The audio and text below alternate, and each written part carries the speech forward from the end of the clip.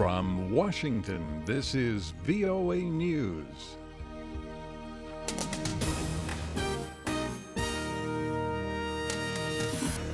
I'm David Forrest reporting the Pope celebrates Mass in Cuba. Speaking to tens of thousands in Havana's Revolutionary Square, Pope Francis warned Cubans on the dangers of ideology. The Pope later paid a visit to former Cuban leader Fidel Castro at his home in Havana.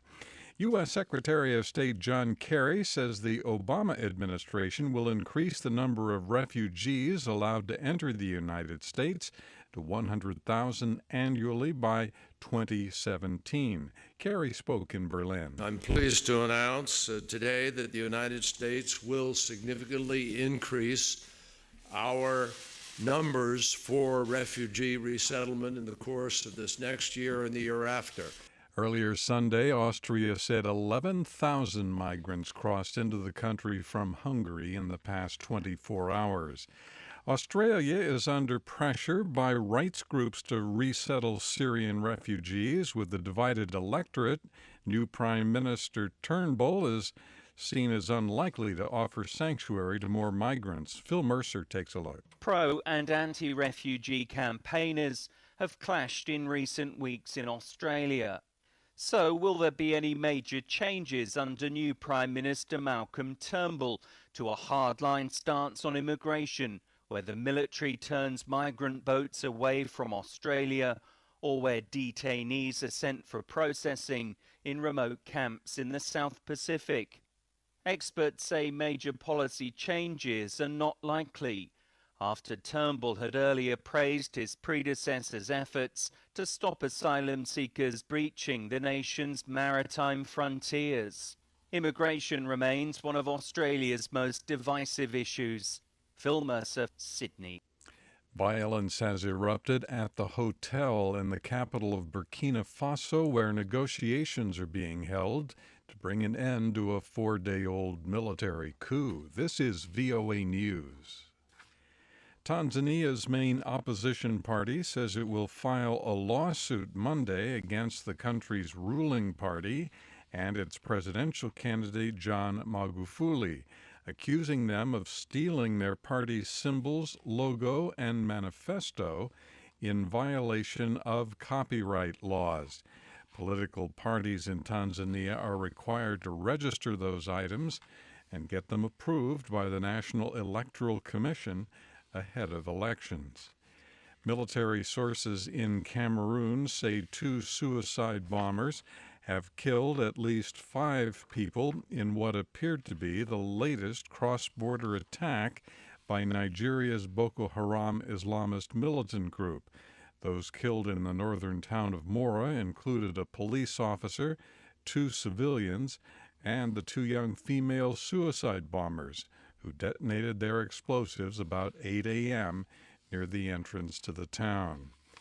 Greece's New Democracy Party leader has conceded defeat in Sunday's elections, congratulating former Prime Minister Alexis Tsipras on his win and urging quick action to form a new government.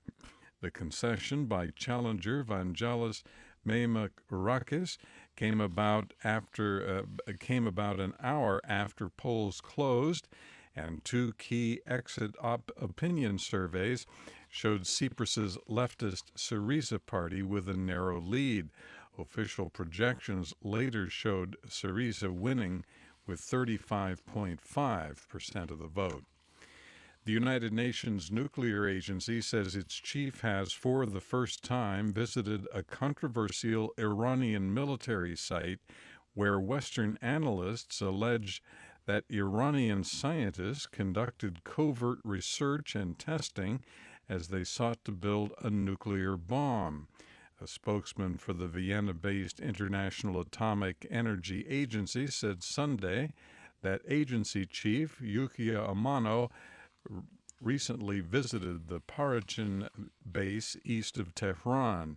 His visit comes as Iran and 6 leading nations seek to implement an agreement to end a 13-year standoff over Iran's nuclear ambitions. Houthi rebels in Yemen have freed at least 5 foreign hostages kidnapped earlier this year, including 2 Americans. All were freed Sunday following negotiations between the rebels and the government of Oman. Details on the talks or why the hostages were kidnapped in the first place are unclear. The Syrian Observatory for Human Rights says scores of Syrian rebels trained by the United States and its coalition partners have entered northern Syria. The group says the 75 fighters were trained in Turkey and had crossed into Syria by early Saturday. Officials with the U.S.-led coalition have yet to comment on the developments. In Washington, I'm Dave DeForest. That's the latest world news from VOA.